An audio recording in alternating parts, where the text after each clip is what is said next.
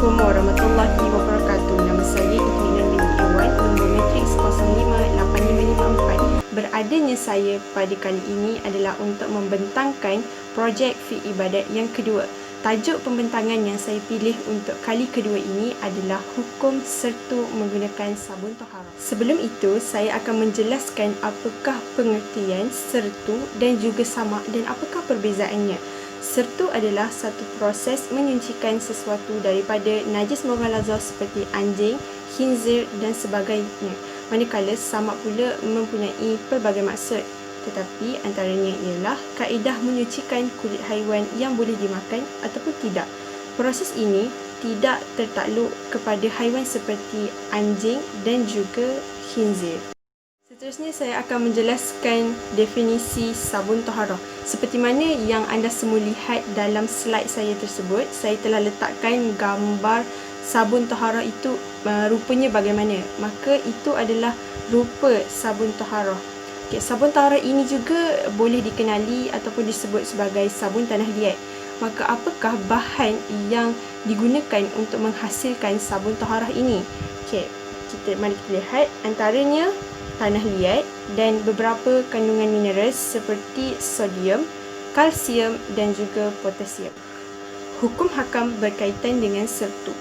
Sabda Rasulullah SAW yang pertama, tahuru ina'i ahadikum iza walagha fihi al-kalbu ayaghsilahu sab'a marrat ulahunna biturab.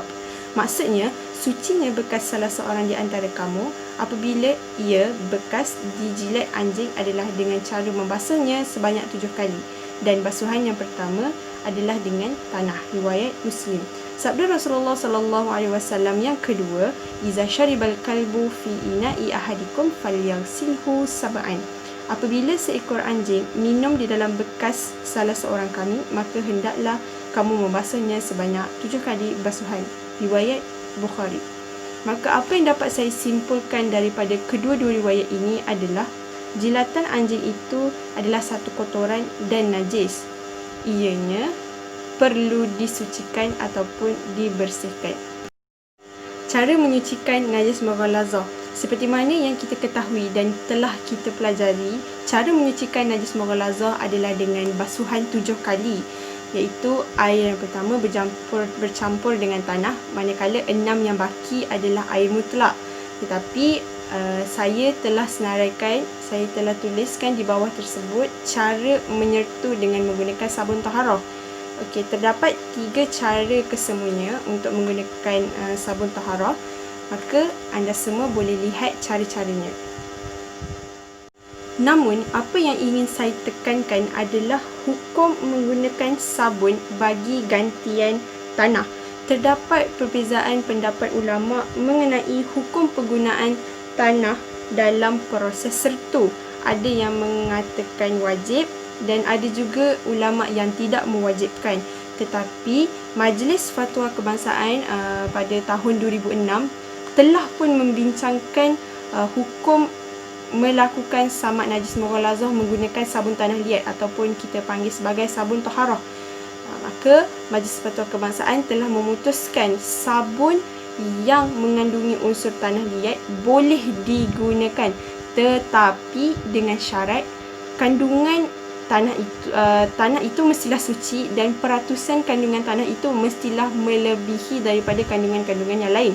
Contohnya, kandungan tanah tersebut mestilah 90%, manakala 10% yang baki itu adalah kandungan-kandungan yang lain macam tadilah potasium, kalsium. Tetapi sekiranya kandungan mineral-mineral tadi, potasium, kalsium itu melebihi daripada kandungan tanah, maka ia tidak boleh digunakan.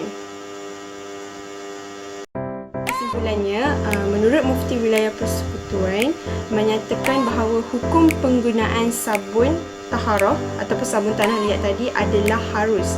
Dan juga bahkan proses menggunakan sabun taharah itu seperti yang saya telah bagi tahu tadi, kandungan tanah tersebut mestilah melebihi daripada kandungan-kandungan yang lain. Sekian, wallahu a'lam. Assalamualaikum warahmatullahi wabarakatuh.